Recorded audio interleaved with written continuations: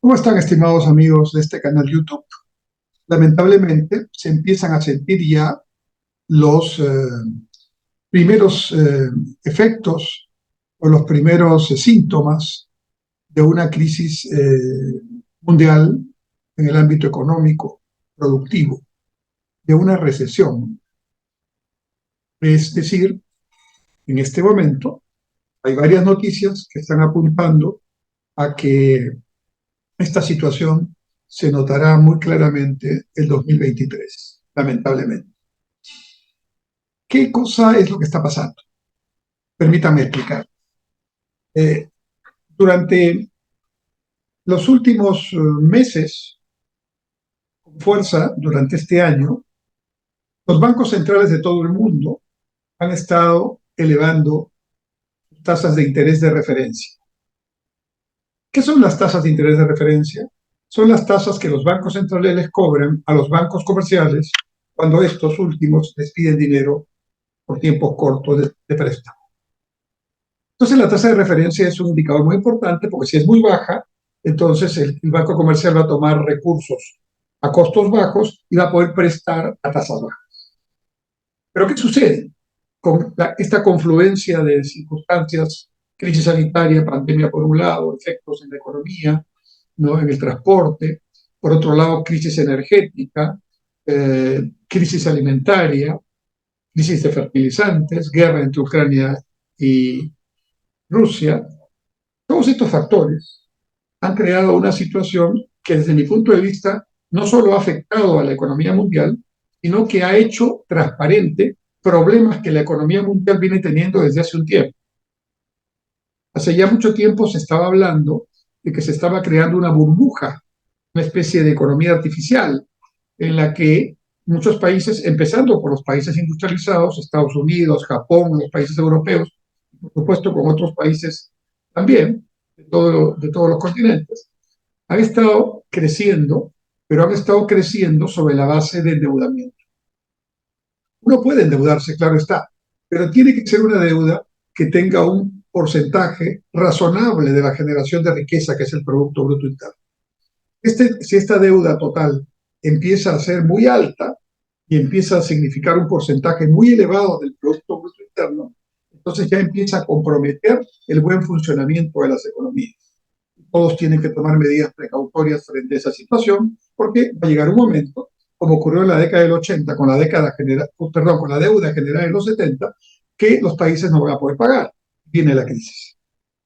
Entonces, ya esta situación de crisis de múltiples factores, multivariable, digamos, sanitaria, económica, social, política, etcétera, está afectando efectivamente los niveles de producción en todo el mundo, pero también afectando los precios, porque la inflación es el elemento que hace un tiempo no veíamos, que de pronto está afectando a los países que hoy tienen tasas de inflación, por ejemplo, Estados Unidos, el Reino Unido, la Unión Europea, tienen tasas de inflación que no veían hace décadas, y en algunos casos incluso son récord de mucho tiempo, en mucho tiempo. Entonces, para tratar de bajar esta inflación, que es el peor impuesto que puede ocurrir, porque afecta a todos y sobre todo a los más pobres, quita capacidad adquisitiva a todos, resta riqueza a todos. Entonces los bancos centrales están elevando la tasa de referencia y últimamente la han elevado incluso mucho más. La Reserva Federal en los Estados Unidos, el Banco de Inglaterra en Londres, el Banco Central Europeo en la Unión Europea han hecho medidas en el mismo sentido. Igual todos los países, en el caso del Perú, el Banco Central de Reserva hace 2 años tenía una tasa de referencia de 0,25% y a octubre del 2022 está en 7%, una elevación muy alta. Entonces todos están haciendo eso porque la inflación está arriba entre 8, 9, 10, 11%. Mal. Pero estas medidas por el lado monetario no están dando hasta el momento el resultado que se espera, porque el lado fiscal, que es el que debe acompañar al lado monetario una política anticrisis, no está en capacidad de hacer la política contracíclica, de ir con recursos directamente a la inversión, ¿no? A los programas sociales, porque justamente existe un sobreendeudamiento que limita la capacidad fiscal de muchísimos países, incluidos países industrializados. Adicionalmente a eso, tenemos el problema de que hay también corporaciones privadas importantísimas en el mundo que han estado también jugando el endeudamiento. Es decir, han estado financiando buena parte de su capacidad operativa, ¿no?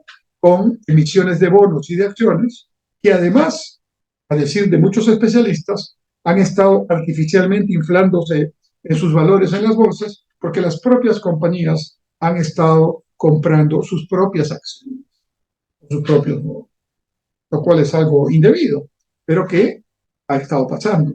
En adición a una política que ya tienen muchas de las grandes corporaciones mundiales de privilegiar reparto de dividendos o privilegiar, digamos, no capitalizar, o sea, privilegiar reparto de dividendos para no capitalizar y jugar más bien a fortalecer la empresa al futuro, innovando, generando mejores condiciones de producción y productividad.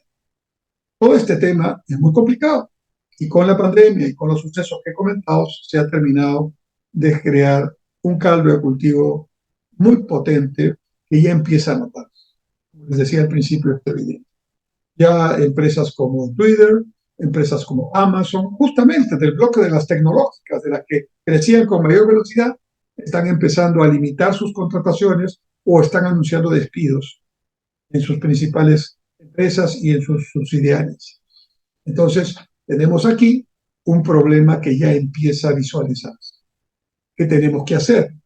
Son temas que no manejamos. Para efectos de un país como el Perú, esto, como todos los otros países del mundo, es una variable exógena a nuestra capacidad de manejo.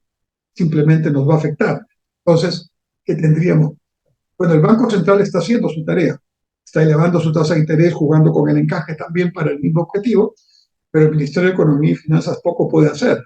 En teoría, está, digamos, sí, definiendo prioridades de inversión, está tratando de asegurar que esa inversión se ejecute, pero en la práctica hay mucha ineficiencia en el sector público, hay falta de conducción en el sector público, empezando por los ministros que no dan la talla, ¿no? Y entonces el sistema está resentido y no se está ejecutando. El año 2022 se llegará en algunos casos al 70%, en otros al 60% y en algunos casos menos del 50% de las inversiones comprometidas.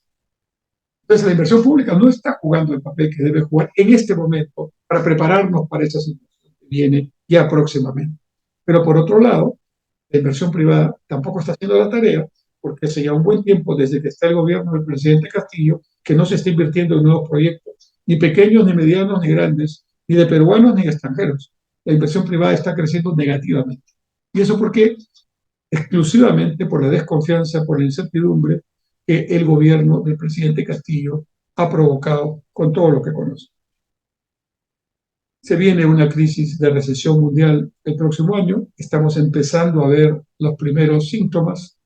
No es una buena noticia, pero hay que estar preparados y hay que ver la forma de resolver la crisis política que tenemos en Perú, porque en temas económicos el tiempo es importante.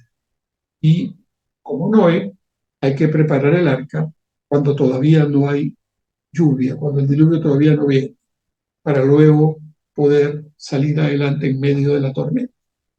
Así están las cosas. Gracias.